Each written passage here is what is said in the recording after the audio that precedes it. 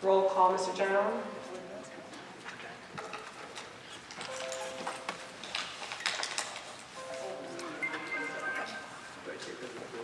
Oh, I'm sorry. Adequate public notice of this meeting was provided by the Secretary of the Board on May 13th, 2019 to the Home News Tribune and the Clerk of the City of New Brunswick. The time and location of this meeting and all meetings of this body are posted in City Hall, 78 Fire Street. Roll call, Mr. General. Board Member Ortiz. Here. Board Member Sadowski. Here. Board Member Siegler. Here. Board Member Shavita. Here.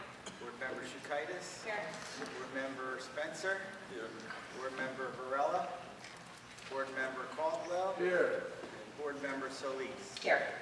We have a quorum. Thank you. Everyone, please rise for the flag salute.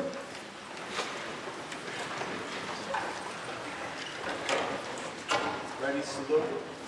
I pledge allegiance to the flag of the United States of America and to the republic for which it stands, one nation, under God, indivisible, with liberty and justice for all.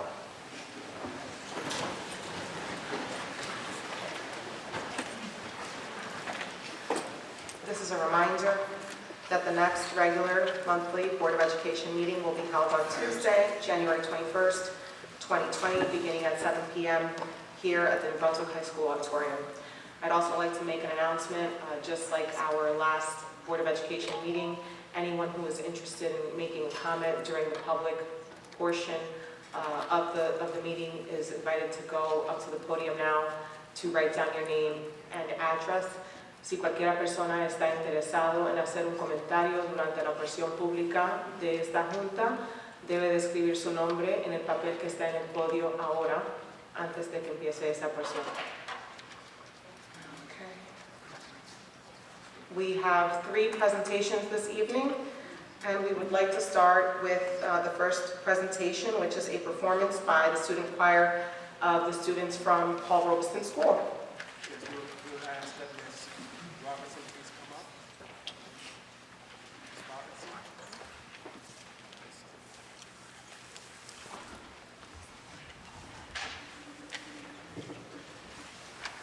I had some words that was given to me to say to the board and to our community out here, is that the students from Paul Robeson School really would like to kick off today's celebration, to give you a little mini concert as a gift to the board members and the school community. So we will invite our principal, Ms. Robinson, out.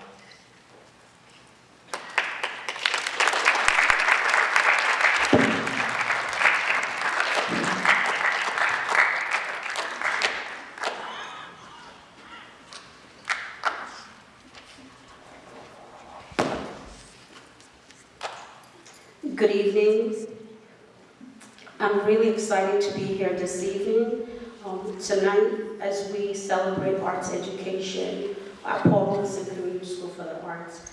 I first would really like to thank Madam President Diana Solis and members of the board, as well as Dr. Orville Johnson, our superintendent of school, for their visionary leadership in providing the necessary resources, and not just resources, but also the personnel to ensure that Paul Robeson students are receiving quality arts education. Our students have been working diligently preparing for tonight's mini concert. They will be performing holiday songs as a way to express their gratitude to you, the public, as well as the Board of Education. Please join me as we welcome our Paul Robeson Community School Orchestra. They're under the direction of Mr. Alexander Solis.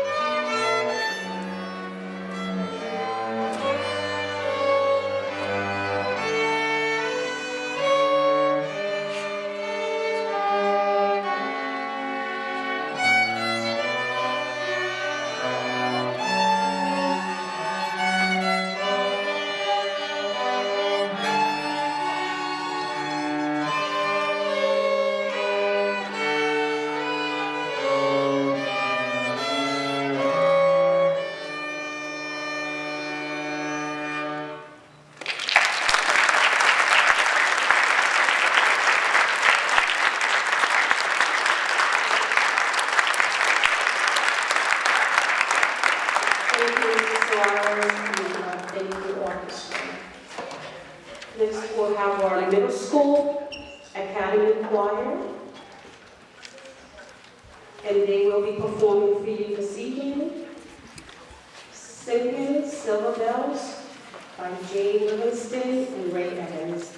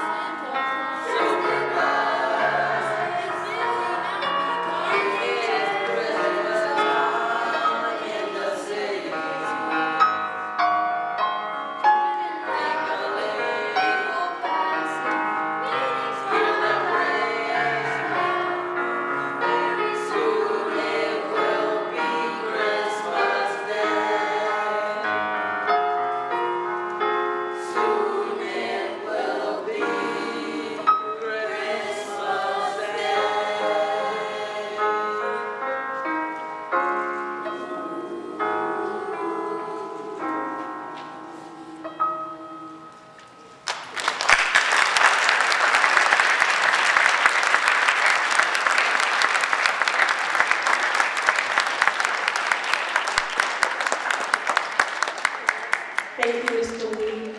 Thank you, boys. Can we put our hands together for them one more time?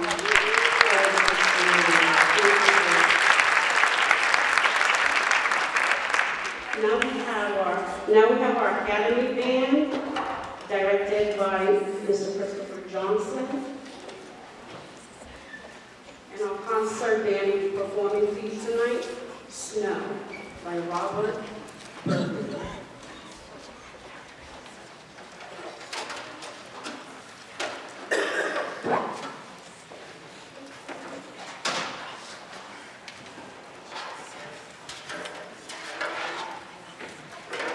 While you're set up, I can give you a little bit of information. You heard me say Academy. Paul Roberson, our middle school students, have the opportunity to major in an art form as well as minor in an art form. art form. The minor, they take twice a week, and the major, they take 3 times a week. We have our academy students with us this evening.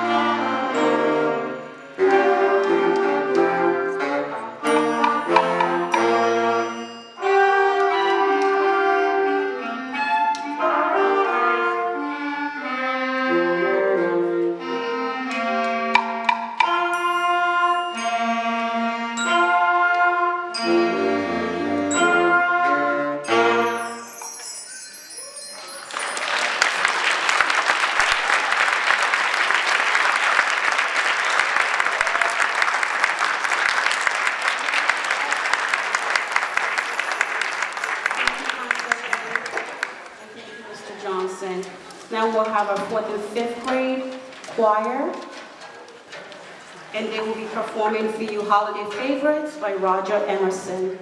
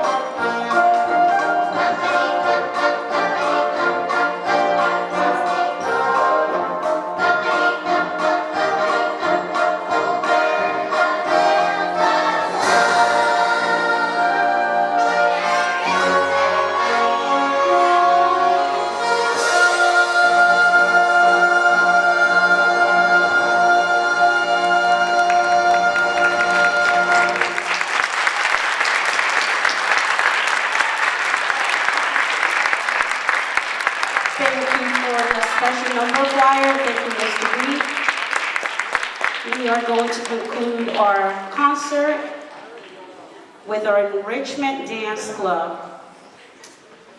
Our dance club will be dancing to Happy Holidays by NSYNC, choreographed by Sarah Martino. Ms. Martino is also their dance teacher.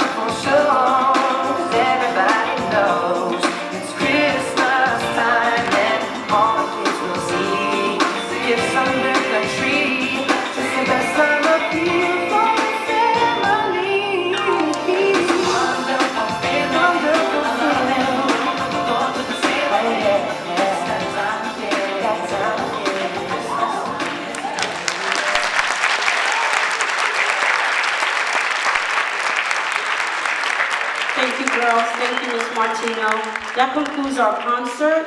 Once again, we'd just like to thank the board.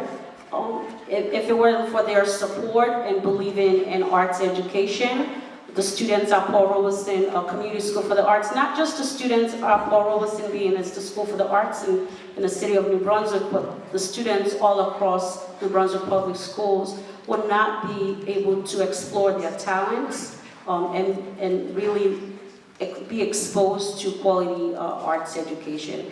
Thank you. We hope that you enjoyed our students' performances.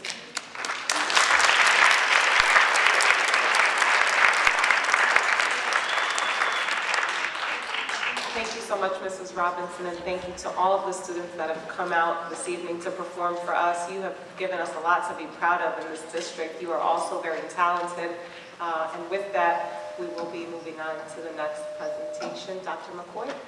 Good evening, everybody. Oh my goodness, is this on? Hello, hello. Good evening, everybody. Much better. Let's give our students from Paul Robeson Community School for the Arts one last round of applause. We're so happy to have such a gift in our district, and those who celebrate during this time of year If your favorite holiday song was not represented here, you can sing it to yourself on the way home. How about that, all right? So I am here to continue the celebration, and this celebration is a little unique in that we are going to highlight some of our colleagues from McKinley School. So I'm going to ask Ms. Rodriguez to please join us. And as she joins us on stage, I'm just going to give you a little background. Nobody likes crisis. You know, we never want to be in a position when we have to deal with crisis. However, we want to make sure that in the event we have to deal with crisis, that the right people are in the room. And tonight, Ms. Rodriguez is going to join me to celebrate a couple of our colleagues at the McKinley School who knew just what to do to keep the atmosphere and the environment calm and to respond in a way that made sure everyone was safe. So let's give Principal Rodriguez a round as she comes to. Good evening, everyone. Good evening. I think I speak for any teacher, any administrator in this building, that the worst thing you will ever have to do is to get a call that a student is in trouble.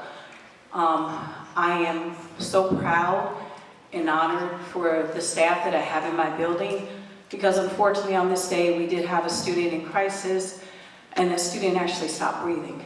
And if it really was not for the heroics for these two staff members, I only say God only knows what could have happened.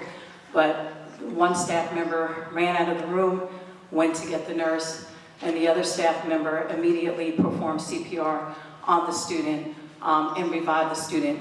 And again, when we talk about teachers being heroes, I think these two teachers really went beyond the heroics and really saved the student's life. And again, I'm so honored and I'm proud to be your principal, and I thank you so much for what you did for our students that day. So. At this time, I would like to ask Ms. Brooks and Ms. Diaz to please come to the stage and be honored for what you did that day.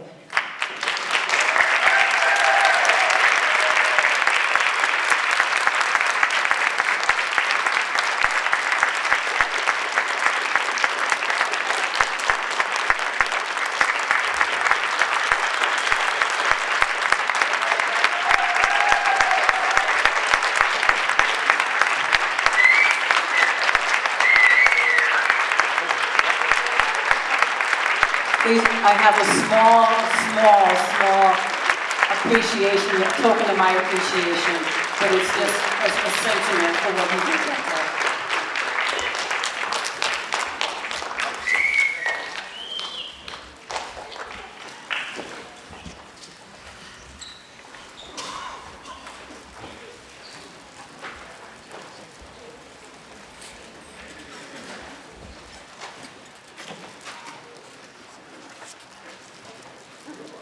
These are two people you want in the room.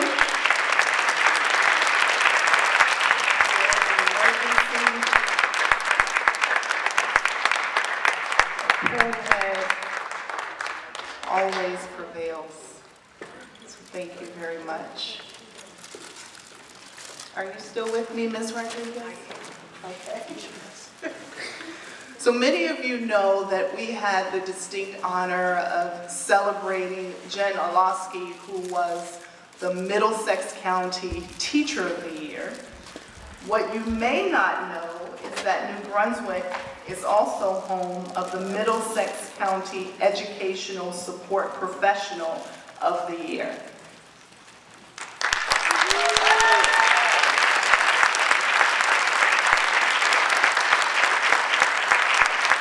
I'm going to ask Ms. Rodriguez if she could please join me back on the stage so that she can present this high honor. So, Ms. McMillan, it was a little difficult for me to even try to think of how to describe Ms. McMillan.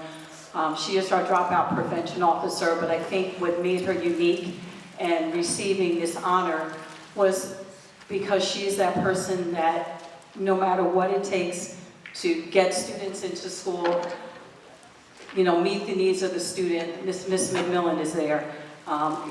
Whatever you need, you call on her.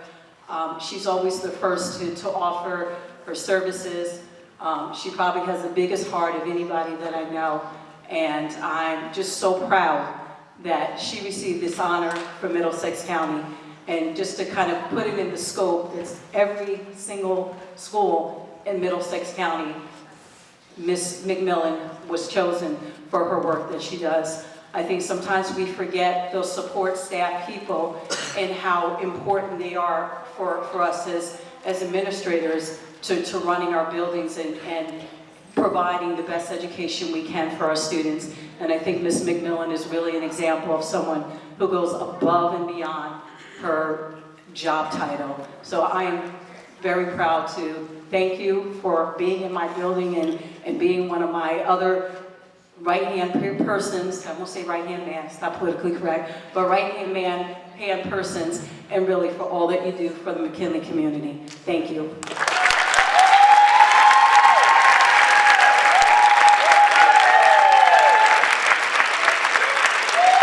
Miss McMillan does not like flowers, so you gotta hold on.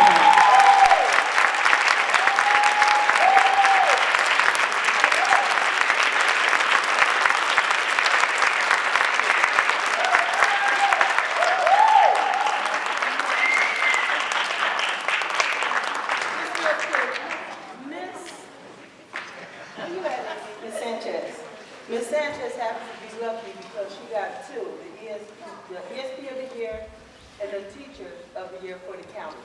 So I also work in Livingston School too. So she got two things.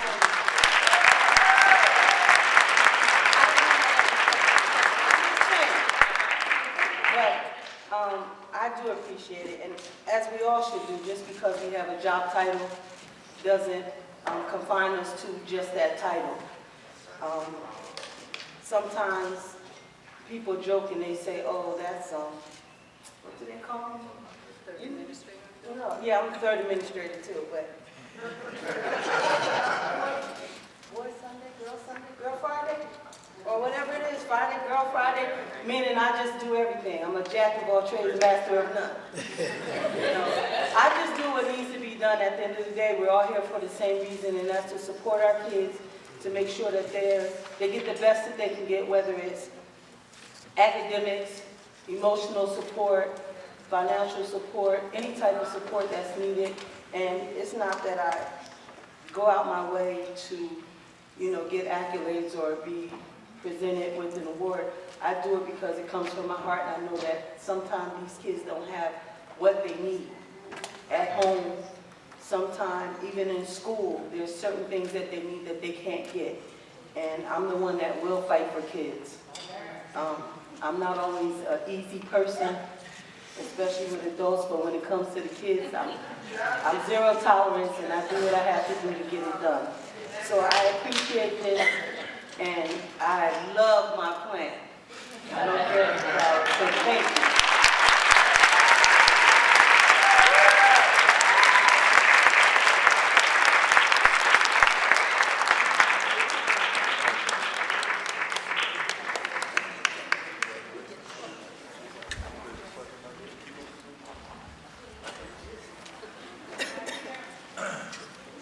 Congratulations, Ms. McMillan. We do appreciate the work that you offer our district.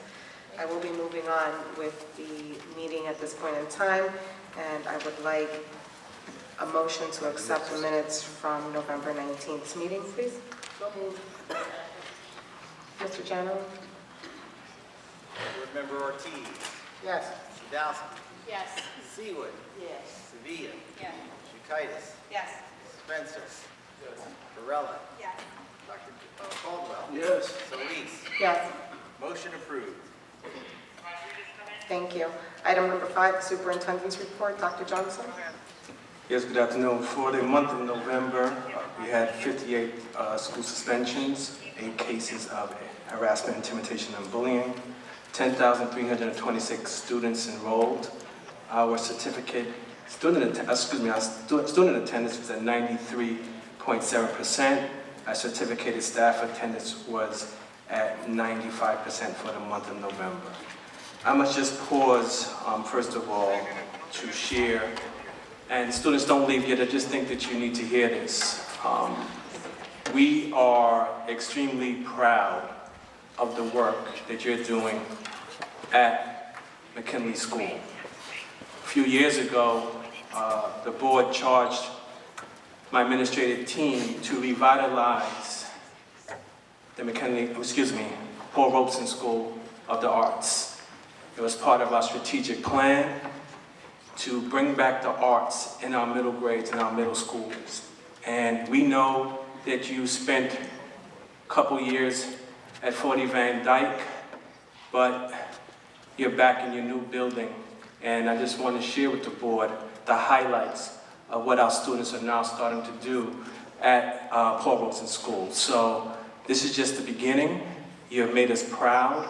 And I've been looking for the holiday spirit to come through me, and you have actually brought that this evening. So thank you so much to the administrators, to the teachers, and most of all, to the students. Job well done.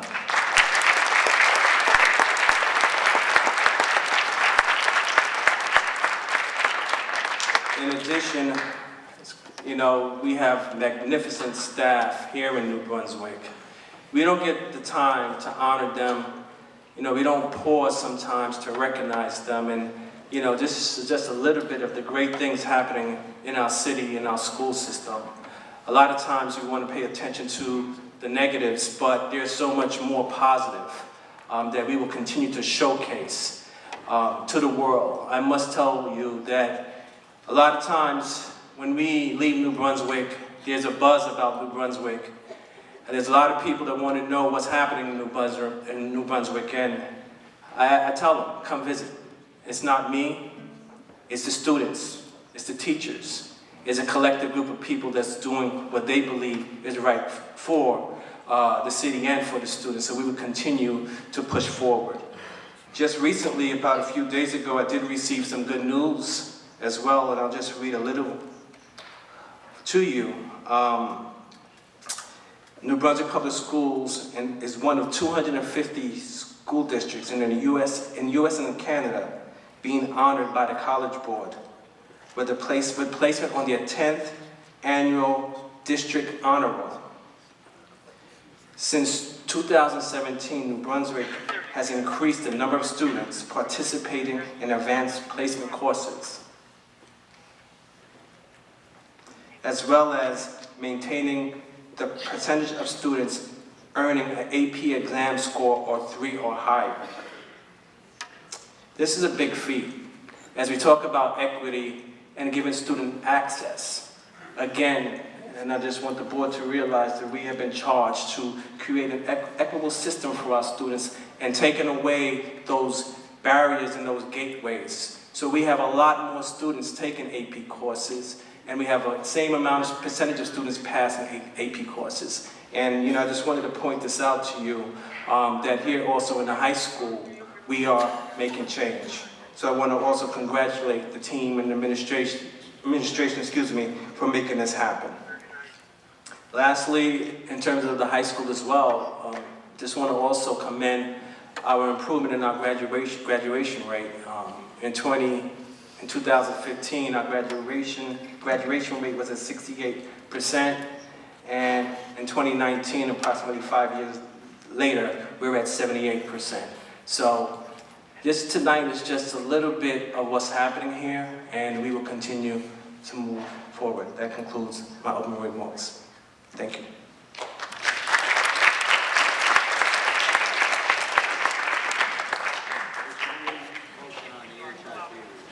We could have a motion for the HIV report. Mr. General. Member Ortiz. Yes. Johnson. Yes. Seawood. Spencer. Rella. Caldwell. Yes. Elise. Yes. Motion approved. Thank you.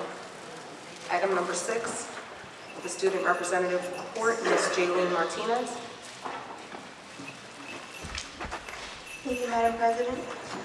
Colleges and Guidance Office for November. College of St. Elizabeth, Tuesday, November 12th, 9:15 a.m. NJIT, Wednesday, November 13th, 1 p.m. William Patterson University, Thursday, November 14th, 1 p.m. Immaculate University, Tuesday, November 19th, 1 p.m.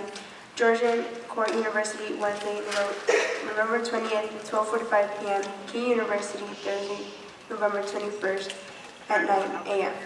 New Brunswick High School held its annual financial aid workshop November 21st, 2019. Over 170 came to the high school to learn about FAFSA and other financial opportunities and scholarships. Ed Camp took place in New Brunswick High School for the third consecutive year. This year's event took place November 23rd, 2019. Educators from most counties in New Jersey were in attendance. SAT testing took place in New Brunswick High School December 7, 2019. Middlesex County College on-site interviews took place Tuesday, December 10th in the guidance office. 11th grade New Brunswick High School students participated in a field trip to see the play Hamilton in New York City. Two of our juniors, Noreli Revilla and Viridiana Herrera, performed their original piece as part of the showcase of student work. The students that attended the play completed assignments related to the historical meaning and message to the play. ASVAB testing took place December 12, 2019.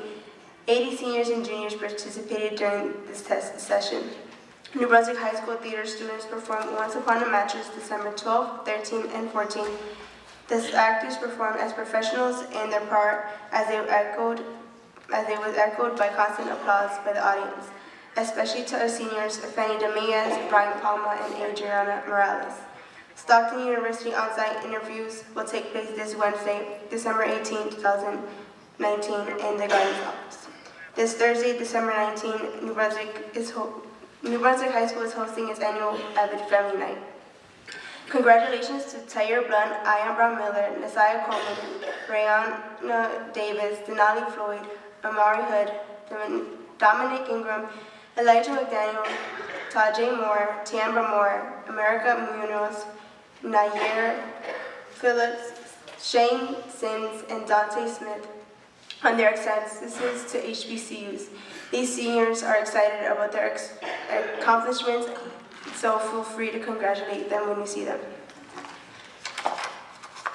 We are very fortunate to have the director, Ms. Lara Bovitz, with the help of Lisa Pizzoni, our senior practical and internship coordinator, to include 11 selected senior students from either Avid or National Honor Society in their East Brunswick Community Project Gift. Project Gift is a free day of holiday shopping for families that allows them to use tickets to shop for their children's gifts for free. We serve kids ages infant to 18 and over 130 families and 350 kids from about 13 agencies. Parents in shelters and other agencies receive tickets to shop for gifts for the children. Our students exemplifying kindness, enthusiasm, generosity, and respect throughout the 4 hours. Ms. Bofis was impressed with our work and has invited us to return next year. That concludes my report. Thank you so much, Ms. Martinez. Item number 7, the Facility Committee Report. Mr. Edward Spencer. Yes, Madam President. The New Brunswick Middle School fencing has been completed with the exception of the entrance gates. That should be done, I would think, next year, at the end of this month. The solar panel projects, we received the final approvals to connect with PSE&G Power. At the end of the month, solar panels will be activated. The school district is exploring a wide bottle filling stations to replace the use of disposable bottles.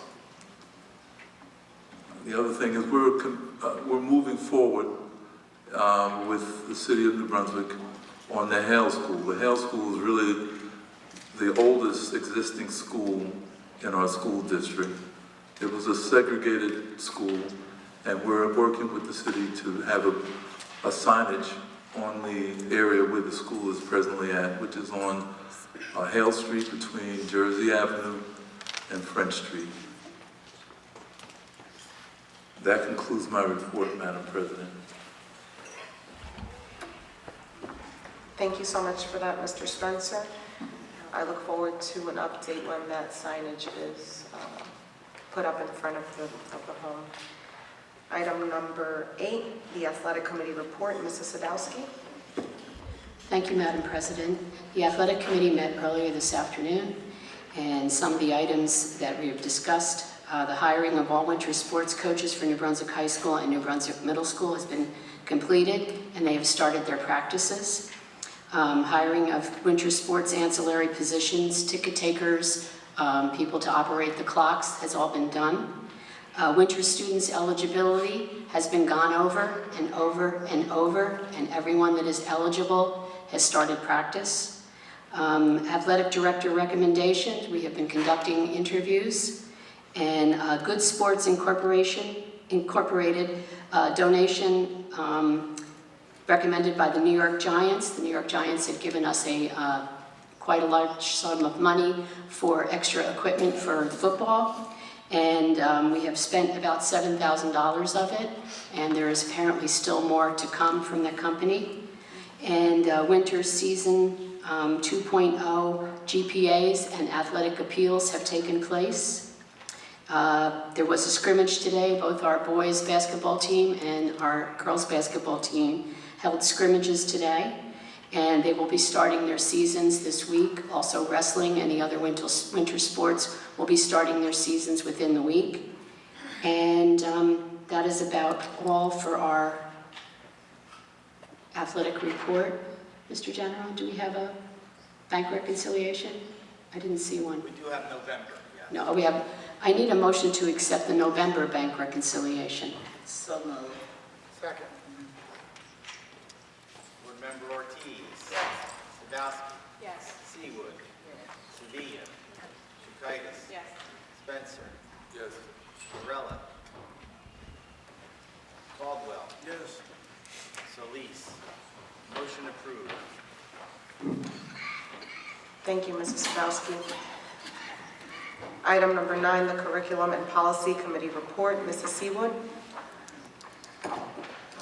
Madam President, the Curriculum Committee did meet, and as you know, we had a presentation by Dr. Sandra Struthers, who's with the New Jersey Chamber of Commerce Foundation, in regards to the Jobs for America's Graduates program.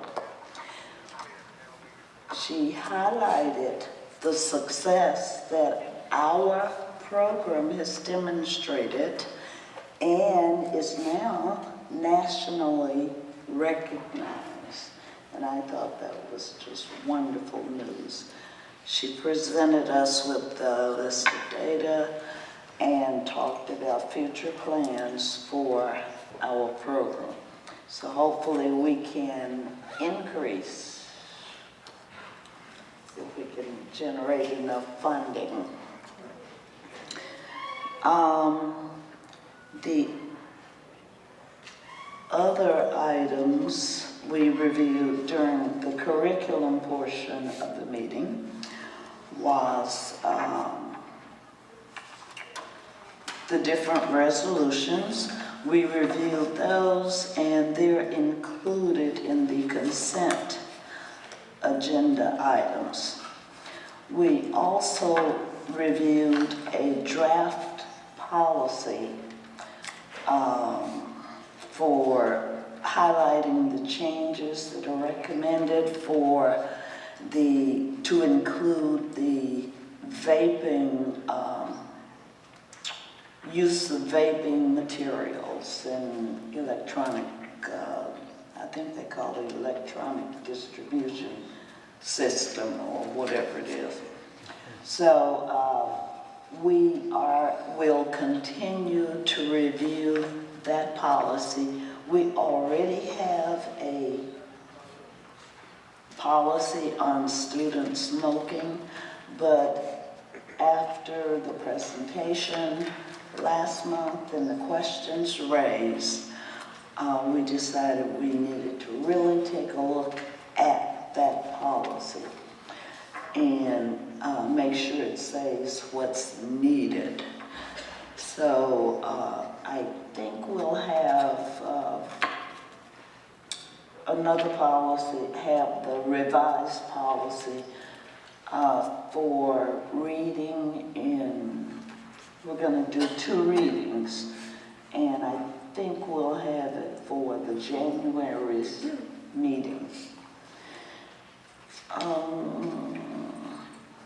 I think that's all we covered. Okay. Thank you, Mrs. Seawood. I did just want to mention again about the JAG program. I know that we as board members sometimes don't get as many details, but the presentation that we got at the curriculum committee meeting was so thorough by Dr. Struthers, and it really just helped us understand all the complexities of the challenges that the students in the JAG program are actually facing, and that is actually one of the criteria for being able to enroll in the JAG program. The students that are enrolled in that program need to have at least 5 identified barriers to them completing their education and road to employment. And so these are students, most of the students in our district, and correct me if I'm wrong, Mrs. C, would have at least 11 identified barriers to be able to become successful members of society. And some of these barriers include things like homelessness, their teen parents, and you administrators are in the schools on a daily basis. You know the challenges that our students face, but the JAG program really does focus on the students that have the most challenging situations, and the fact that our district has become so successful in what we're doing. And I really am so proud of everything that is happening with them. I've asked Ms. Gusa, who's not here today, but to just follow up with Dr. Struthers so that we can all look out for an email, just to clarify and to give us all a greater scope of what it is that they're doing. So thank you, Mrs. Seawood, and if we could all look out for that email from Ms. Gusa. We'll move on to item number 10, the Educational Services Commission report by Dr. Caldwell. Thank you, Madam President. I've given to everyone here on the dais a calendar from the Educational Services Commission, a newsletter, a program about at least one of the programs, and a business card. And I do that. We just had a meeting last Friday, and we had Jaffe Communications present. They've been with the commission for about 8 months and have really branded this organization. For those that don't know, the Educational Services Commission, ESC&J, I like to say the tagline is "Every student counts" in New Jersey, educates many of the students that are facing the largest challenges. We're multiply disabled, students who are on the autism spectrum, students who are dealing with emotional challenges. Just recently, we're in the process of, our programs have previously ended at age 21. We're in the process, and Mark Finkelstein, who was the former president of this board, has been the amazing superintendent. His signature program is developing a 21 and over program, and we're going through that process now so that we literally can provide full services for every student with special needs regardless of their age. So we're very, very excited about that. So this has been a great year for the commission, and next year should be even better. They have the largest cooperative buying group. Every school district and municipality is a member of that. So that's exciting. And one thing, if I may, I wanted to add, I gave a card. I have the opportunity of hosting a TV show called Family Business World. And the reason I mention that is that what I'm finding is family businesses are more likely to give back to school districts to support. And so I've talked to some in New Brunswick and other places. So as we're looking to get support from the community and from businesses, they are more likely to really be parts of the community and give money back, as opposed to the online vendors who really don't give any money back. So I encourage us as a board and you out there to patronize family businesses and really ask them to support our kids in New Brunswick. Thank you. Thank you, Dr. Caldwell. Item number 11, this is my report. I would just like to keep it simple. I would like to wish everyone on behalf of the board a very Merry Christmas, Happy Hanukkah, Happy Kwanzaa, just a very happy holiday, Happy New Year to you, your family, and all your loved ones. May you all stay safe and stay focused on the reason for the season. And I hope that we can just value everything that we have, value our opportunity to be here and serve this community. And sometimes I know that we face great challenges, but with challenge comes opportunity, and I hope that we're all able to see the opportunities that we have every single day in working with our community. With that, we'll move on to the public comments portion. Mr. General, do you have the list ready, if you could please? Yes, I do. Okay, I don't know. Guardo, how do you say the last name?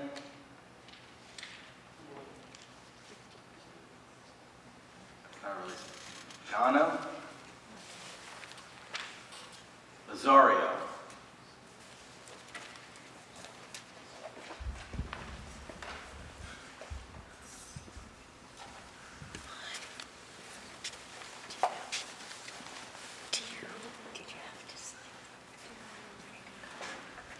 Muy buenas noches a todos.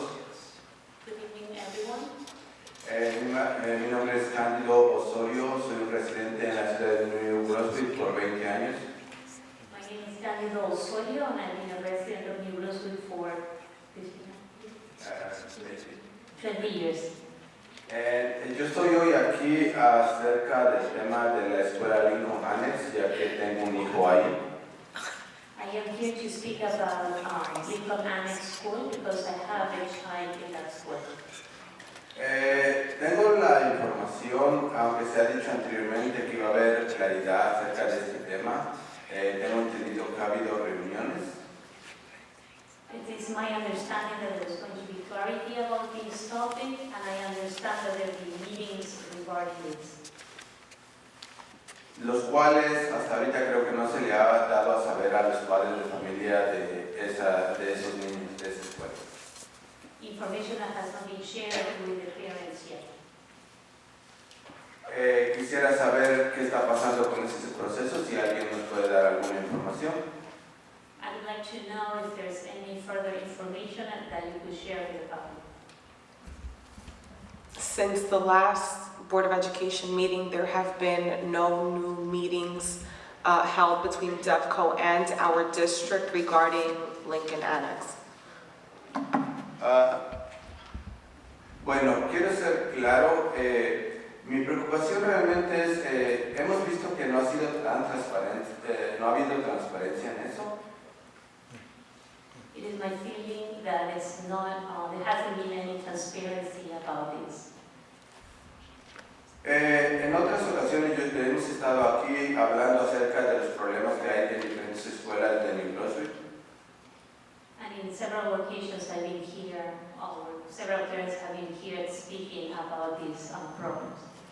Y mi pregunta es, en alguna ocasión en la que yo vine a las reuniones me dijeron que la opción, si había la venta de la escuela Lincoln Annex, los niños los movilizarían a la escuela de la 40 de la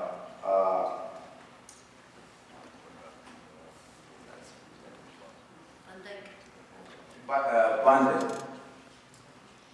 So he just wanted to say that he was informed that if there was any movement with the students, if the students were going to be moved, they would go to 40 Van Dyke. Y también dijeron que eso sería temporario, y la pregunta sería, ¿qué temporario es para ustedes? And it has also been said that that would be a temporary move, so he wants to know what does it mean temporary. So I can't tell you that that is the plan, because as of right now, there is no contract to sell the school. Like I said from the last meeting, there have been no further meetings between the district and DevCo. And I, like yourself, Mr. Osorio, am a parent of a child at Lincoln Annex School. I am very much interested in keeping everyone as informed as can be regarding any potential sale of that building. As of right now, there is no new information, not just for myself, but for any of the board, and this is something that I asked everyone before we came out here. There is no new information. Ok, pero ha habido dos reuniones. No recuerdo bien las fechas, pero ha habido dos reuniones de las cuales no se le informó a los padres. ¿Estoy en lo correcto o eso es falso? So it is his understanding that there have been 2 meetings, and the parents have not been informed about those meetings. I don't know which meetings you're referring to. There was a meeting in the past between our head of facilities and business administrator with a representative from DevCo. However, that was not an open meeting. That is a meeting that not even board members were at. That was not a meeting for parents to attend. Ok, bueno, trataré de conseguir esa información para traerla la próxima vez. Y preguntaba sobre qué tan temporario es, ya que cuando se tiró la escuela Russia, se suponía que era temporario y tardó aproximadamente 10 años para reconstruir esa escuela. So I'd like to know how temporary that would be, taking into consideration that when Red Shirt School was moved into Fort Van Dyke, it took 10 years to relocate the school. Quiero dejar algo bien claro, yo no estoy en contra de que haga un centro de cáncer en la ciudad de New Brunswick, estoy a favor, le hace falta a la ciudad. Lo que no estoy de acuerdo es que se hagan cosas, que se vuelvan a hacer las mismas cosas de lo que pasó en la Russia, que se llevó 10 años después de que la tiraron, salieron que no había dinero. So he's not against about having a cancer center in the city of New Brunswick, but he's concerned that it's going to take a long time to relocate the Lincoln Annex, like Red Shirt School. Como ustedes saben, yo creo que la mayoría son padres y harían lo que fuera necesario por sus hijos, y es por eso que yo me tomaré el tiempo de estar aquí las veces que sea necesario para asegurarme de que mi hijo esté en la mejor posición de estudiar, en una escuela apta para estudiantes. And as a parent, he's going to advocate for his son and for his child to ensure that he is in the best situation and in the best school. Porque sí me preocuparía, por lo que me he dado cuenta los últimos reconocimientos, la escuela Lincoln Annex ha sido una de las escuelas que le han dado más reconocimientos por cuestión de sus calificaciones. And because Lincoln Annex has been recognized for the students' achievements several times. Es por eso que a mí me preocupa que esos programas o los maestros, no sé qué sistema tomarían ustedes, no me gustaría que cambiara porque mi hijo ha estado aquí a recibir reconocimientos y por las buenas calificaciones, y yo quisiera que mi hijo estuviera en todo el momento en esas posiciones, ya que la escuela y los maestros son muy buenos en la escuela Lincoln Annex. And he would like that the quality education at Lincoln Annex continue, especially because his child has also received several recognitions. Gracias. Thank you, Mr. Osorio. We appreciate your concern, and we encourage you to keep coming so that you can stay informed, and we encourage all parents to be active participants in their children's education. Mr. Janarone, if you could please call up the next person.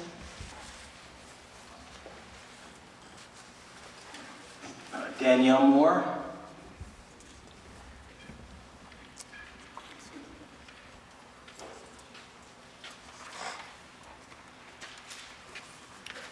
Hi, yes, my name is Danielle Moore. I live at 333 Somerset Street. Tonight I'm here to speak to you, Mr. Johnson. I have 3 questions for you. Do you have a car? Please, would you speak and don't kill my time with you and answer my question, please? Ms. Moore, Please, would you please answer my question? Do you have a car? Miss. Oh, now you're going to kill my time? If I'm asking you a question for a reason, then I will get to it? This is a public comments portion, Ms. Moore. Do you have any comments? Do you live next to the annex school, Mr. Johnson? So, and I will get to, how many times are you at the Lincoln Annex School? And the reason why I'm getting to that, due to where at the last meeting, my point is to prove why I didn't like for you to say, try to fool the parents, oh my, it was very unsafe in that neighborhood. Pray that nothing happens, because due to where, like I said, I'm a parent where I speak of all, and any child of my own to protect, due to where I went against the city and the county to repair that whole entire road, concrete, and how you made it seem like it was unsafe to scare parents, that was the reason, to sell the school was not right at all, due to where the crossing guards, what I tell all of them, wow, anytime you see anything unsafe, please do let me know, due to where I'm a parent that I go against the city and the county. And I didn't like when you said that sometimes, and I didn't be the first speaker due to where I couldn't comment on you. That's my 3 questions why I asked you what the reason. And then also due to where the situation where I didn't like, wow, you tried to scare all the parents away regarding the day that we had our protest. You called the police department, wow, to have the whole police force right throughout the area. But wow, one thing, you scared the other parents away, but it wouldn't work with me, because the moment the police department seen me, what did they do? They said, hello, Miss Moore, because they know when they see me, it's for I'm fighting for a good reason. How you scared the other parents away, how you're making it like we were bad people just because we wanted to speak our speech. That was another thing where I didn't like about you. But yes, my concern, sure, my child does not go to Lincoln Annex for one thing, due to where it takes a victim to really know something, due to where, yes, at the time of the situation with Bradshaw School, how yes, they stayed on Lee Avenue. Wow, once you transfer the kids over to Jersey Avenue, a long distance away, what, are you going to pay for cab fare for people who do not have cars? That was the purpose, the reason why I asked you, do you have a car? Because everyone's parent, it wasn't easy if you did not have transportation. Due to where, wow, how your child has to stand out there earlier than usual to get the bus. Wow, your child was 2 minutes late, you missed the bus. How will your child get to all the way to Jersey Avenue? Are you going to pay for cab fare? Wow, your child, you had to rush to go pick up your child from school. Are you going to go pay for cab fare? So like I said, it's not easy if you keep thinking, oh, convincing all the parents, oh yeah, you'll have bus transportation to go over there, but what about the other transportation? Are you going to pay for cab fare? Hello? Well, why can't I get any answers with any of my questions from you? Because like I said, wow, I'm making a very good point. Ms. Moore? Why can't I get any answers to my questions? You're referring to the school potentially being built on Jersey Avenue, am I correct? No, I'm saying just where the situation from moving Lincoln Annex to Jersey Avenue, with the trend the same way you did Bradshaw School. And like I said, wow, the difference from when you can walk to go pick up your child, and like I said, for people who don't have transportation, is the school going to pay for transportation when somebody needs to pick up their child, or they miss the bus? Oh, it's not as easy as you keep trying to make it seem for everyone else. And like I said, wow, you're not answering any of my questions due to where or what. Are you trying to kill the time or what? Or am I really proving myself of what I just said? Ms. Moore, are students that need transportation for either medical necessity or who live more than, is it 2 miles, Mr. General?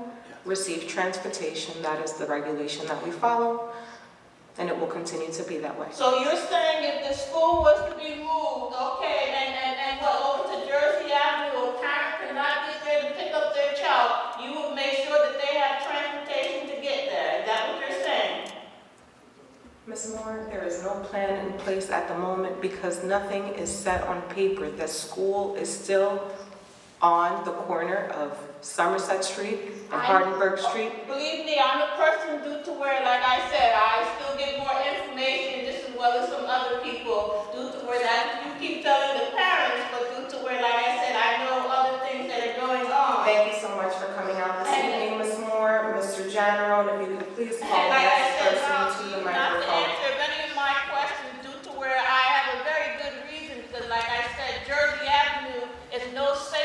Ms. Moore, you are out of order. To where you have over 20 lights. You are out of order, Ms. Moore, and if you continue, you will be asked to leave. Mr. General, please call the next person. Charles Cradwell.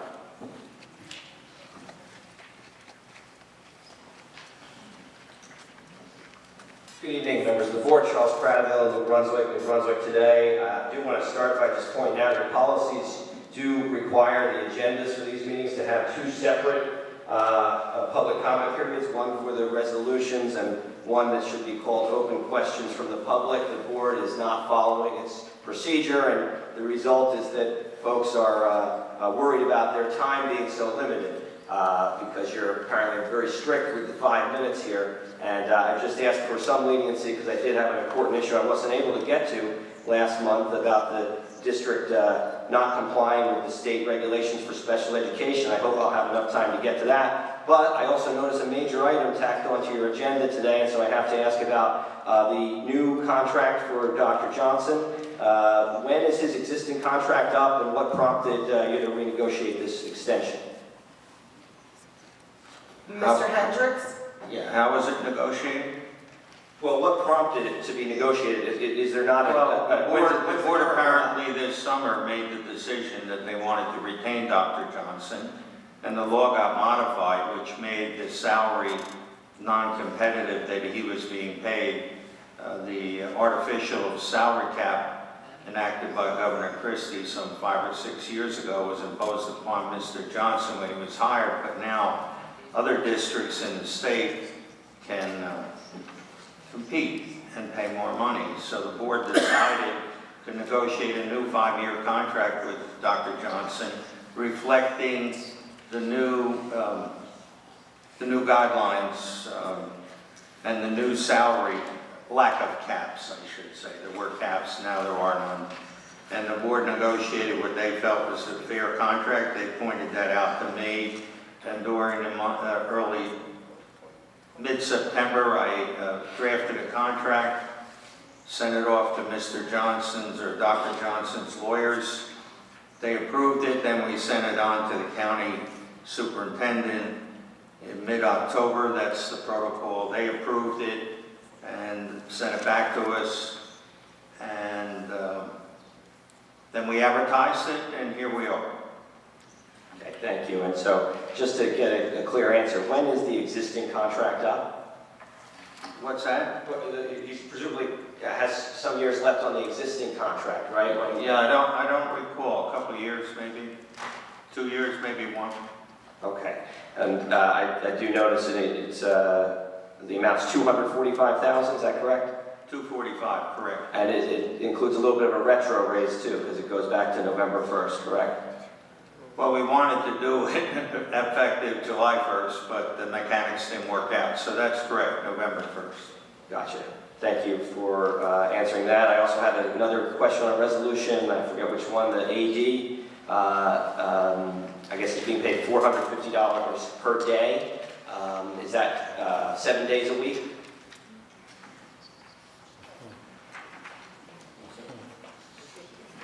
What's that? That's a different resolution? Yeah, the interim athletic director I'm referring to.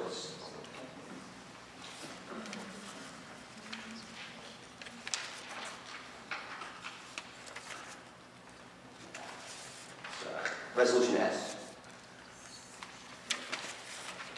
Mr. General, if you could. I wouldn't say it's 7 days a week, but it's possible on Saturdays he's often here. Okay, so he tells you which days he works, and he gets $450 per day. Well, he's here for any events that we need to have.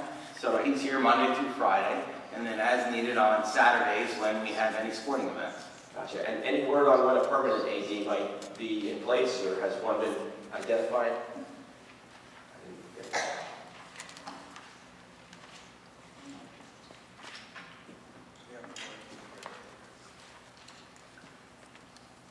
There is,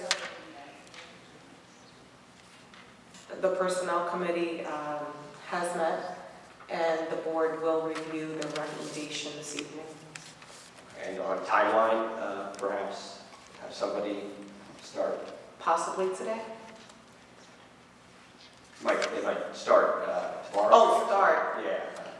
when would they be installed in the position? No, nothing official yet. I'll move on to the special ed issue. So I read an article online that says, quote, more than half of the New Jersey school districts whose special ed programs have been annually monitored by the state since 2014 as part of a lawsuit settlement are now fully following state regulations. But 30 still aren't, despite the years of monitoring that has now concluded. Unfortunately, New Brunswick is one of the 30 that has not. Can somebody comment on this? Explain what are we failing at? What specific regulations are the sticking points, and what's the plan to comply with the state regulations? I'd like to refer that question to Dr. Antoine Smith, Ms. Antoine Smith. You're speaking of the LRE, Least Restrictive Monitoring Report from 2014, where 76 districts across the state were involved in a class action suit. New Brunswick was involved in that suit as a result of them increasing the enrollment. There's a letter on file that I wrote back in 2014 explaining why we didn't belong in that particular suit. But once you were put into the suit, you had to remain in the suit for the duration. It did have a sunset clause as of last year. The district did receive technical assistance and training. The compliance issues they're talking about are the least restrictive environment parts of the IEP, where students are to be educated where as much as possible their non-disabled peers. Some of the areas when the IEPs were reviewed, it had to do really with verbiage, how the IEP was written, if students were out of district and when they come back into the district. Okay, so of the 30, though, that still aren't compliant, we were near the bottom of the barrel. I think there was only one that was worse in terms of number of categories that they were compliant with. What do you have to say about that, how that looks and what that means? I haven't seen, and I don't know if the board has seen the final document that has come from the state. Okay. Well, I haven't seen the article to which you speak of. I'd be happy to share it with you. Maybe we could even talk on the phone about it. Would you welcome that? You can arrange any appointments with the superintendent or the board secretary. Okay, I'll follow up because it is cause for concern. One other item I want to follow up on, the solar panels screw-ups. There's no plans to move forward with solar panels on those schools that you canceled the projects for?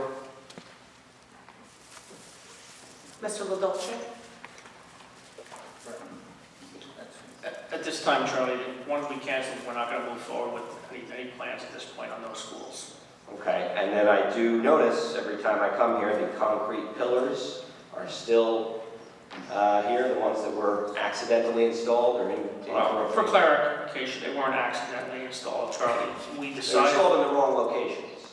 No, they weren't, Charlie. As we moved forward with the project, we decided that it was better that solar panels in the back of the building, those will be removed. And we, as I discussed in one of the earlier board meetings, we will do that with our staff. And at this point, I'm planning to do that during the summer so that we don't have to interrupt the students and teachers in park when we do that. Thank you for the answer. And then finally, I do want to stand in solidarity with the parents and community members from the 5th and 6th Ward who don't want to lose their very high-performing, future-ready school. Lincoln Annex School should stay. Robert Wood and Devco should find another place to build their proposed facility. And I would just like the board, I think it would go a long way towards alleviating people's fears and concerns about what could happen. Would the superintendent be willing to go on the record, or the board be willing to go on the record and say that there will be no sale of the school unless and until a replacement school is ready to open, such that there would not have to be one day that they're in a temporary, converted warehouse facility? Is the board willing to just go on the record and say we're not going to put those kids in that warehouse even for a short temporary arrangement, but that we will insist on a new school being ready to open before you vacate the existing school? Will you promise us that? This district has taken a proactive approach on maintaining parents and them being informed. Dr. Johnson sent out a letter personally to parents of Lincoln Annex School. I believe that was last month, just to inform them that as of right now, the school has not been sold and their students are to remain in the building that they're at. But we make no promises. Mr. Cradaville, thank you for your time. Well, I promise you that we're going to keep fighting until you give us the promise that we deserve, that you're not going to close the school and send the kids to the warehouse again. We should learn from history. We should learn from the lesson of what happened to the Red Shaw School. Thank you for your time, Mr. Cradaville. I hope you have a good night. Mr. General, if you could please call the next person. Linda Stewart.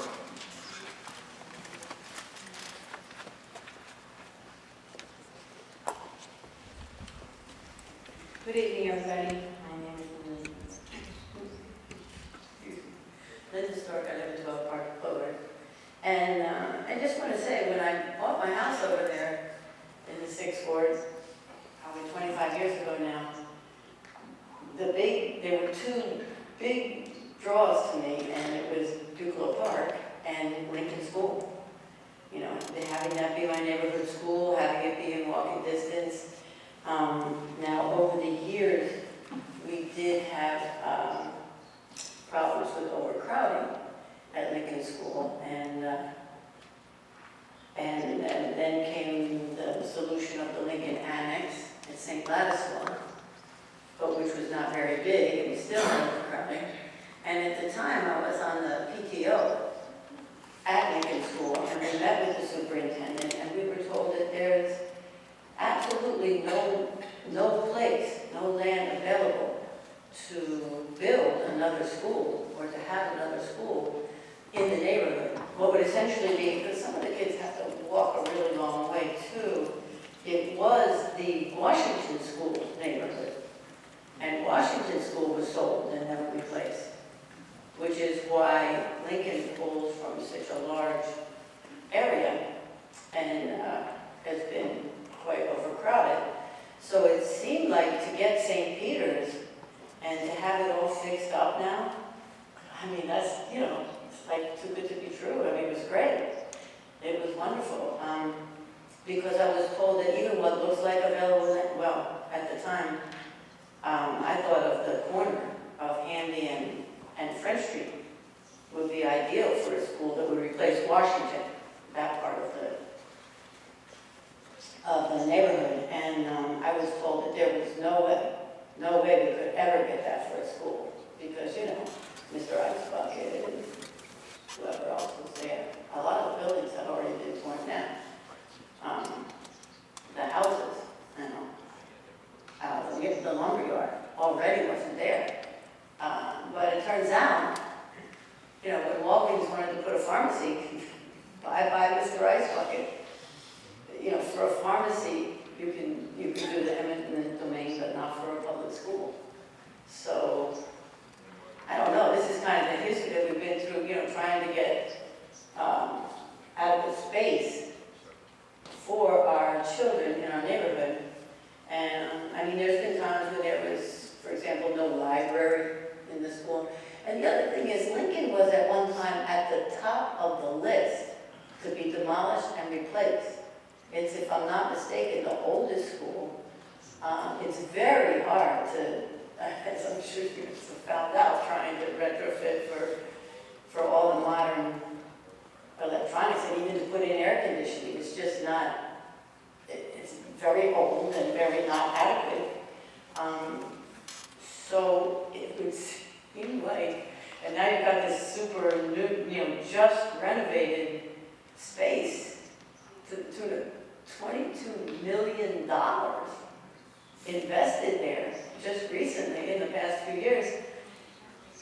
And that's the school that's going to be torn down? And the old Lincoln School, which was originally supposed to be torn down, my understanding is we lost our place at the head of the list because of the pending project with Rutgers, where there was going to be a laboratory school. which, actually on the Rutgers campus, in cooperation with the Graduate School of Education, which I personally would still like to see happen. It seems a shame not to, what a great resource right there. Graduate School of Education. But that never worked out, and then Lincoln never got back up there on the top of the list. And then if you look at the history of like tearing down schools and then not getting replaced, I wouldn't want to see anything torn down. If the SDA doesn't have any money, I forgot what the initials are now, but whatever that agency is called now, my understanding is that it once again doesn't have any money. So where would the kids go? If it's back out there to the warehouse, I've had some experience too at Lincoln with temporary things. Those trailers were supposed to be temporary. Those trailers were, I haven't been back there in years, but they were falling apart when I was there. Literally falling apart. They were not intended to be like permanent classroom space. Thank you so much for coming out this evening. We appreciate your time, and we'll take all of your comments under advisement. Is there anyone else on the list, Mr. General? Yes, ma'am. Oh, okay.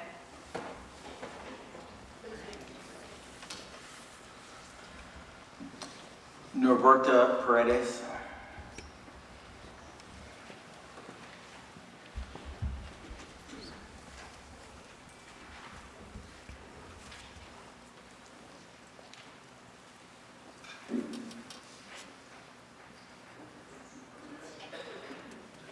Buenas noches a todos.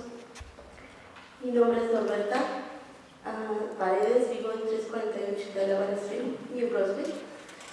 Tengo un hijo en la Lincoln School. Good evening, everyone. My name is Roberta Paredes, and she has a child in Lincoln School. Yes, yo estoy aquí para darle las gracias. Como dijo hace un momento el señor intendente, a veces no nos fijamos en las cosas buenas que hacen. Y pues una de ellas fue la semana pasada que hicieron un programa de desayunos con los niños. Yo en lo personal les quiero dar las gracias porque fue una experiencia muy bonita con mi hijo. So I want to give you thanks. And as the superintendent said, this is the opportunity to give thanks. This is the season to give thanks. And I want to thank you for a breakfast event that was given at the school, and that it was a very nice gesture. Yo quiero pedir que sigan haciendo programas así para acercar a los padres que convivan con sus hijos y acercarnos con los maestros y conocernos más. And I would like to request that more programs like that are given or held at the schools so we can connect the parents and the teachers and have the opportunity to share these events with our own children. Yo creo que todos los maestros son muy buenos. Yo no he tenido malas experiencias con los de la Lincoln. Son maestros muy excelentes. And I haven't had any bad experiences with teachers at Lincoln, and I think that they are excellent teachers. Yo creo que ellos son muy importantes en la vida de nuestros hijos, ya que están viviendo toda su niñez, están saliendo de ahí, casi empezando a ser, casi están creciendo ya. And I think that they are a very important part in the lives of our children, especially in their childhood while they are growing. Yo les quiero pedir que no ignoren a nuestros niños en todas sus necesidades en las escuelas. Ustedes saben que hay muchas necesidades en ellos, en esas escuelas para ellos. And I would like you not to ignore the needs of our students because they have a lot of needs. Yo creo que ustedes nos entienden porque ustedes son padres y ustedes harían lo mismo porque quieren un ambiente bueno en la escuela de su hijo. And I know that you want the same because you're also parents and that you want the best environment for our children because you treat them like they were your own children. Yo espero ver más padres en el próximo evento que ustedes hagan para los niños y compartir con los niños, porque en esta primera vez hubo pocos padres y me tocó ver a niños llorar porque no estuvieron sus papás. And I hope that more parents come to events like this because I saw some children who were crying because their parents couldn't attend the event. Mi pregunta es, ¿van a seguir haciendo estos programas? And my question is if there are going to be more programs like this in the future. So we have to thank the NBEA Teachers Union for sponsoring that event at all of the schools. I have heard wonderful responses from the parents that were able to attend this event, and hopefully, since we do have the union here this evening, they can take your suggestion under advisement and host this event again. I do know for certain that the next time the doors will be open for parents to come in and read is for Dr. Seuss's birthday, which is right around the corner. So you just, I suggest you stay in touch with the school PTO or PTA and know how you can get involved and make sure you get the word out to your fellow parents. Claro, nosotros queremos trabajar con ustedes y con los maestros para que juntos podamos formar a unos niños que un día pues van a ser nuestro futuro. And she's in agreement and she would like more parents to participate and to have parents work with the schools because this is the future of our children. Absolutely. Thank you so much for coming out. We don't hear praise too often, but we do appreciate it. Okay. Thank you. Thank you. Okay, thank you. Mr. General, next person, please. Yolanda Hernandez.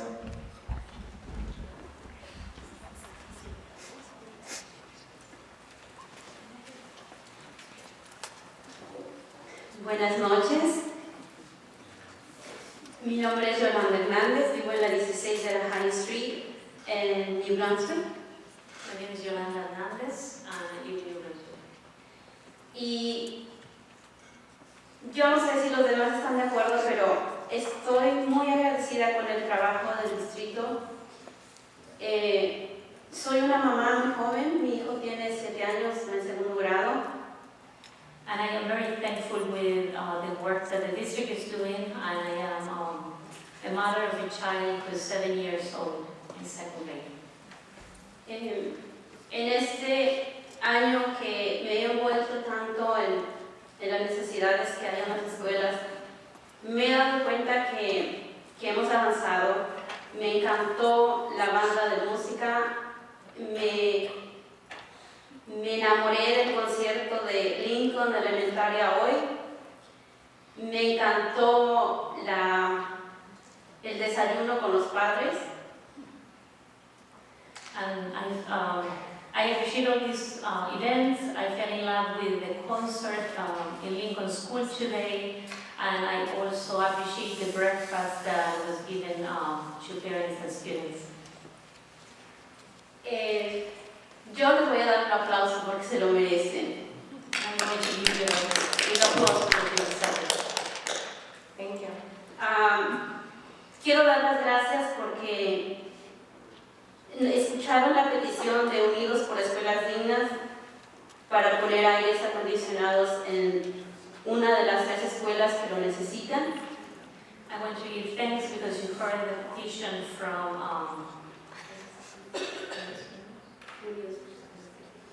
Parents United for Schools, and you heard the petition to install air conditioning in one of the 3 schools.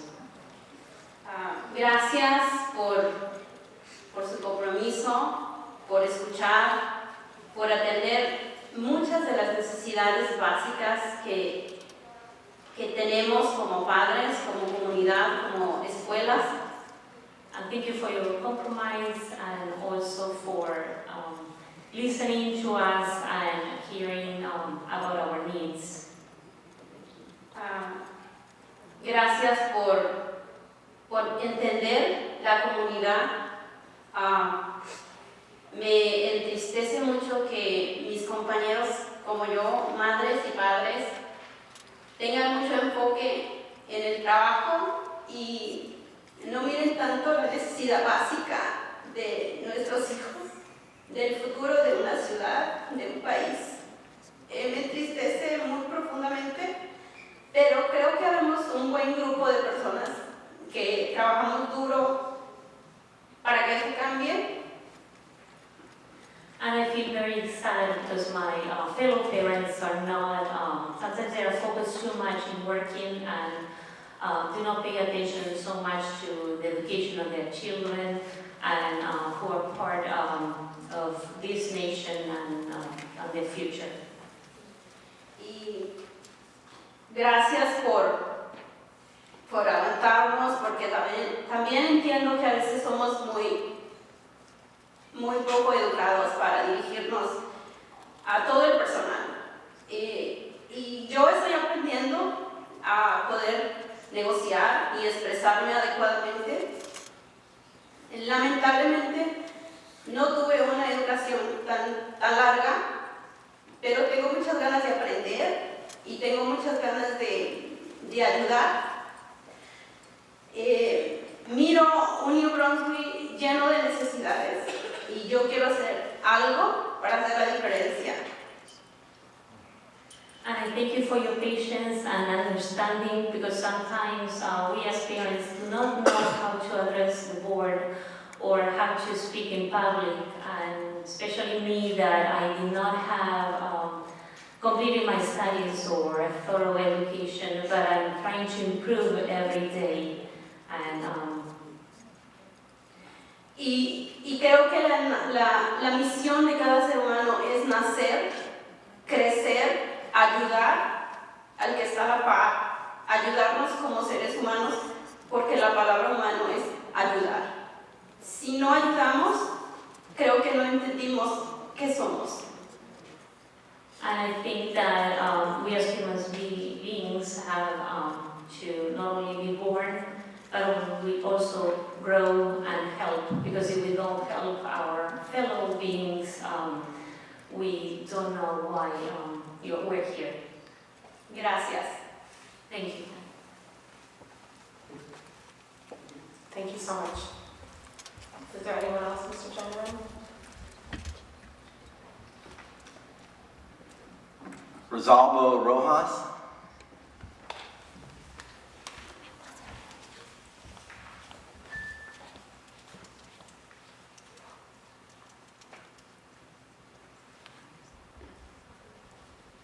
Buenas noches. Good evening. Yo tengo dos hijas graduadas de la high school. I have two daughters who graduated from the high school. Una de mis hijas está a punto de ir a la academia para policía de la comunidad. One of my daughters is going to be attending police academy in the community. Estoy muy orgullosa porque yo recibí mucho apoyo porque mi hija era una niña problema en la middle school y high school. Estoy agradecida con consejeros, maestros que creyeron en mi hija, porque mi hija hoy es un orgullo tanto para la high school y tanto para nosotros como padres. And I am very thankful because my daughter was a problem student at that time, and she received a lot of support from the counselors and the administration. And I am very proud now because, and I thank everybody because they believed in her, and especially the high school, and who believed in her and the support that she received. Hoy estoy presentando otro desafío nuevo con una hija en la middle school. Now I am presenting, or I am facing another challenge with my other daughter in the middle school. Solamente vengo a pedirle al superintendente y al departamento de educación ocasión que necesitamos más apoyo en Lincoln Annex con la seguridad para checar a los niños que están metiendo alcohol, drogas, cigarros eléctricos. Y ahí está habiendo mucho bullying. Mi hija tuvo que cortar 25 clases en los últimos meses. Especially with the security at Lincoln Annex, because there are problems with drug, alcohol, and my daughter had to cut 24 days, not attend school for 24 days. Mi hija se estaba cortando las venas, yo no entendía por qué. And my daughter was cutting her veins, and I didn't understand why. I'm sorry if I could just interrupt you really quickly. Did you say the middle school or did you say Lincoln Annex? En la Lincoln Annex. At Lincoln Annex. Lincoln Annex Middle School, like the upper grades. He estado continuamente trabajando con la escuela, pero yo no he recibido apoyo, no lo entiendo por qué. La única respuesta que he recibido que tienen una sola consejera para 750 estudiantes. I've been working with the school, and the answer I received from them is that there are 750 students and only one counselor. Necesitamos, por favor, otra consejera más, especialmente que se enfoque en la juventud de middle school, porque ellos son los más propensos en esta edad a tomar drogas, a tomar los desafíos por la rebeldía en la que ellos están. Cada niño en la adolescencia a su rebeldía la representa de diferentes maneras. Desafortunadamente me está tocando con esta hija nuevamente. And I would like to request another counselor, especially for the middle grades, because at this age the students rebel more and they need more support. Le vengo a pedir porque en esta vez sí me disgustó en la manera que se jugó el rol que mi hija hizo algo. Faltando respeto a la escuela, les voy a decir si es verdad, mi hija no es perfecta, pero quisiera que me dijeran qué código tiene que romper mi hija para que la acusen que es como una persona peligrosa para los estudiantes. Sí, estoy en desacuerdo. Quiero ver qué código tiene que romper mi hija, porque no lo entiendo por cortar una clase. So she's in disagreement with the disciplinary action, and she would like to know what is the regulation or the policy that she had to break in order to be suspended. To be accused that she is dangerous to other students. So if you have an issue that you feel has not been properly met with your school counselor or the principal at Lincoln Annex, Mr. Kyoto, I would invite you to call central office and ask to have a meeting with the superintendent. Okay, dígale que yo le he hecho 3 llamadas al superintendente y no recibí respuesta. So she has made 3 calls to the superintendent's office, but she hasn't heard back from him. La otra, estamos enfrentando acerca de las sueras. La viceprincipal, mi hija tiene asma y tiene problemas de alergia y es lenta al aprendizaje. Una de mis hijas en la middle school ya 2 veces se ha atrevido a decirle que le va a sacar el suéter y tiene una nota del doctor. No tengo los medios para comprarle el suéter adecuado a la escuela que ella me está pidiendo. And the other problem is with my other daughter, who's also in special education, and she has been asked to remove her sweater, and she suffers from allergy and asthma, and I don't have the means to buy another, like the uniform or the sweater that goes with the uniform. Dice, cuando yo le he ido a decir viceprincipal me ha dicho que esa es una orden del superintendente y que la tenemos que acatar. And when I gave my complaint to the vice principal, she replied that that's a directive from the superintendent and that we have to follow it. So we do have a uniform policy in place. We do expect all of our children to follow the uniform policy. If for one reason or another you are unable to get the adequate attire for your child, you definitely need to speak to your school counselor or the other title that we have in the district. Is it the family liaison? The family liaison that's assigned to your school. El uniforme no tiene, lo único que me consterna es la suela. So she has the uniform, but the only concern is that she doesn't have the sweater. Okay, so I do know that there should be no writing, and a lot of times we do not want to see the hooded sweatshirts. But again, if there is an issue with adequate attire, you need to let your concern be heard to the either family liaison or school counselor to see if we could help you out in securing adequate attire.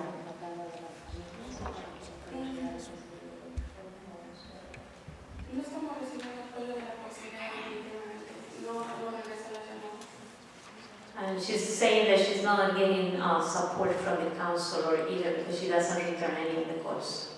Again, I would invite you, if you feel that you've followed the proper chain of command, if you feel that you have not had the response that you're hoping for, that you reach out to the superintendent's office and schedule a meeting. Sí, solo digan que solo estoy esperando. Yo a la secretaria le he dejado clarificados, entonces no estoy esperando que me contacte. So she has left 3 messages with the secretary, so she's only waiting to be contacted by the secretary to meet with Dr. Johnson. Okay. Thank you. Thank you. Mr. General? Lilia Fernandez.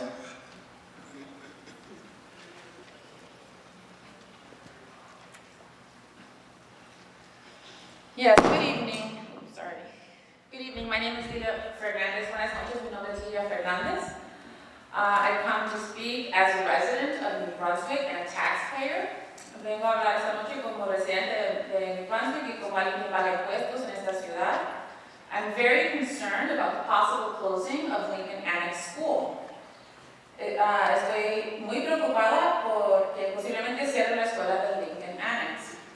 It's ridiculous to even be considering closing a school that was just opened 3 years ago at the cost of millions of dollars. Es ridículo estar pensando en cerrar una escuela que apenas se abrió hace 3 años y que le costó a la ciudad millones de dólares. As a researcher and a professor who has studied the displacement and dislocation of low-income and working-class communities over the last 50 years, como investigadora y profesora que ha estudiado el desplazamiento de comunidades de bajos recursos y de clase obrera, I understand the impact these types of decisions have on communities with few resources. Yo entiendo el impacto que este tipo de decisiones tienen en las comunidades de pocos recursos. Plans like this absolutely promote gentrification in the city. Planes como esta promueven la gentrificación de la ciudad. The board, I would suggest, should not sacrifice the well-being and education of our city's children and families. La Junta Educativa no debe sacrificar el bienestar y la educación de los niños y las familias de nuestra ciudad. If Robert Wood Johnson wants to build on the location of Lincoln Annex, they should be required to build a new school before demolishing the current one and forcing students to travel long distances across the city. Si el Hospital Robert Wood Johnson quiere construir en la localización donde está ahorita Lincoln Annex, la escuela de Lincoln Annex, deben estar obligados a construir una escuela nueva para reemplazar la que existe ahora, antes de tumbar Lincoln Annex y antes de forzar a los estudiantes que viajen largas distancias a través de la ciudad, as others have testified this evening in terms of the traveling across the city. Thank you. Thank you for your time.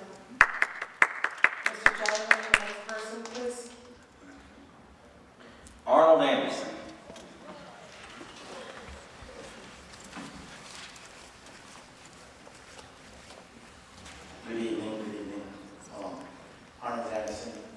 Americas in Brunswick. My first question, my first question had been, what is the purpose of this open session? That's directed to you, Ms. Solis. Mrs. Solis, and it's a public comments portion, sir. Okay, what else? In your opinion, why do we come here? Sir, I ask that you not exhaust your time asking me. No, but I mean, I'm looking for an answer, because if somebody disagrees with you, you might tend to cut them off, or if somebody's speaking in Spanish, I know the times might be especially extended. Not looking for the translation necessarily, but your time might be extended. I was just noticing that. Anyway, moving right along, because sometimes you don't answer questions. Another thing a comment that I want to talk about is respecting all. You know, we need to respect everybody. You need to respect everybody here, because when respect breaks down, you get disrespected, everybody gets disrespected.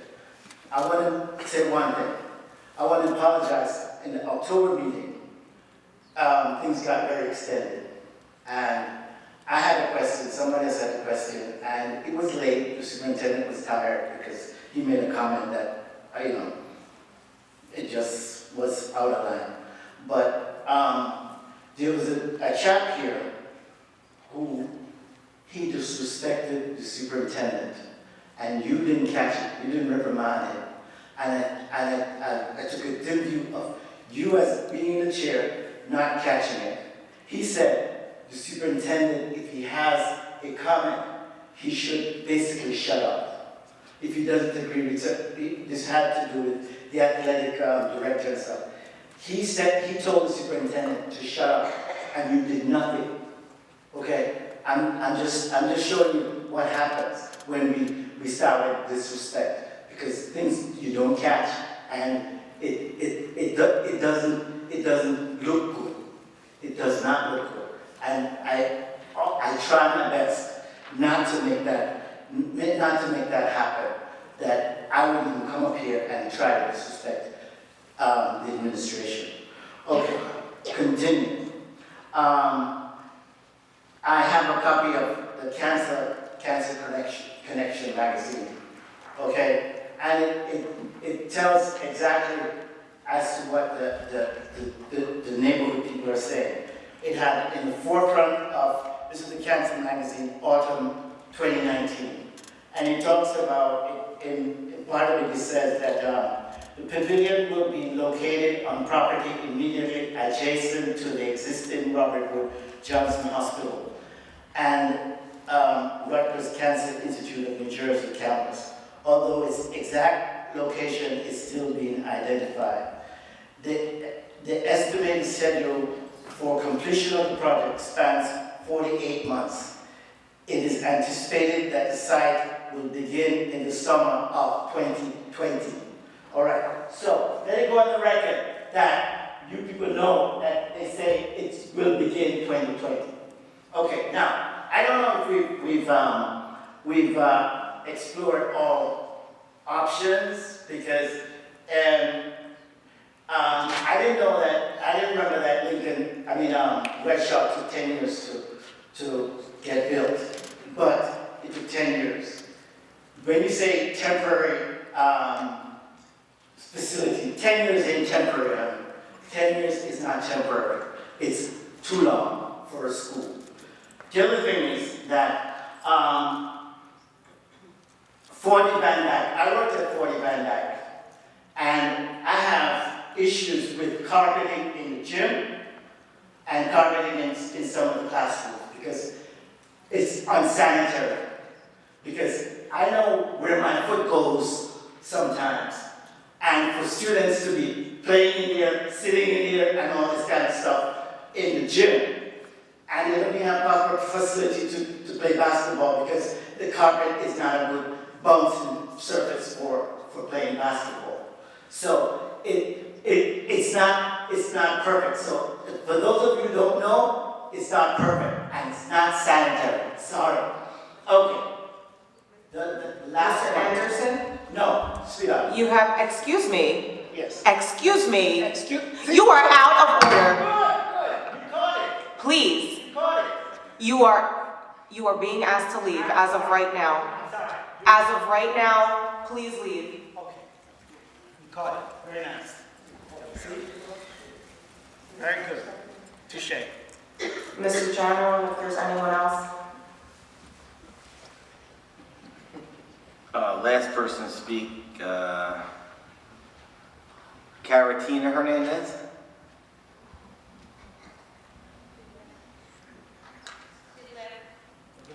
She left.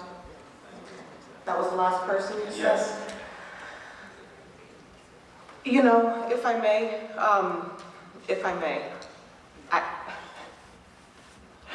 I just need to speak on respect. You know, I think that Mr. Anderson is completely right about respect.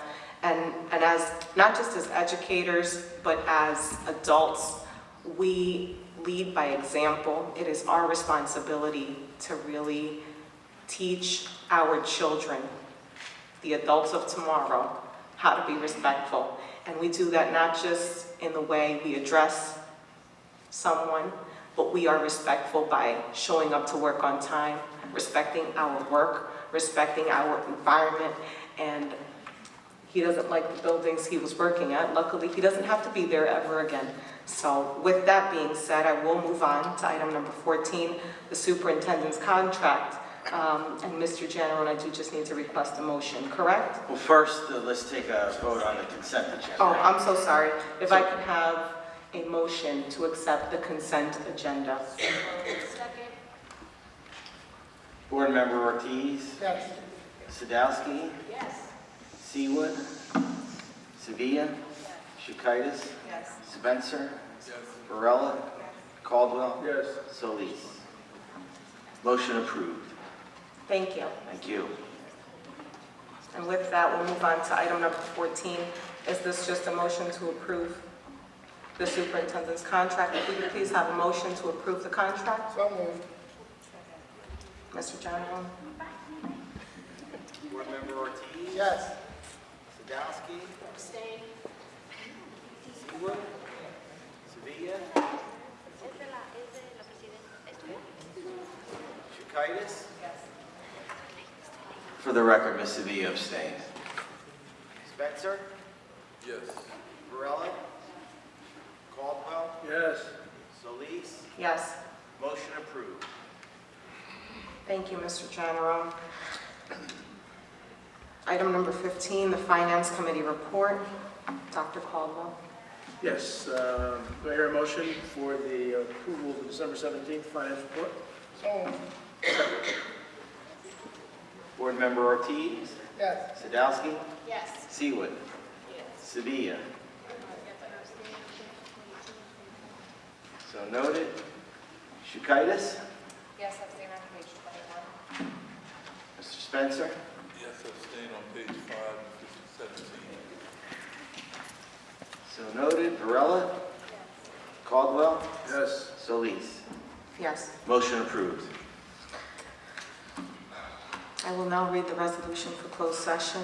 Whereas the Public Open Meetings Act, NJSA 10:4-6, provides that certain matters of a public body may be discussed in closed session, and whereas the Board of Education intends to discuss matters as follows: personnel matters and matters of attorney-client privilege.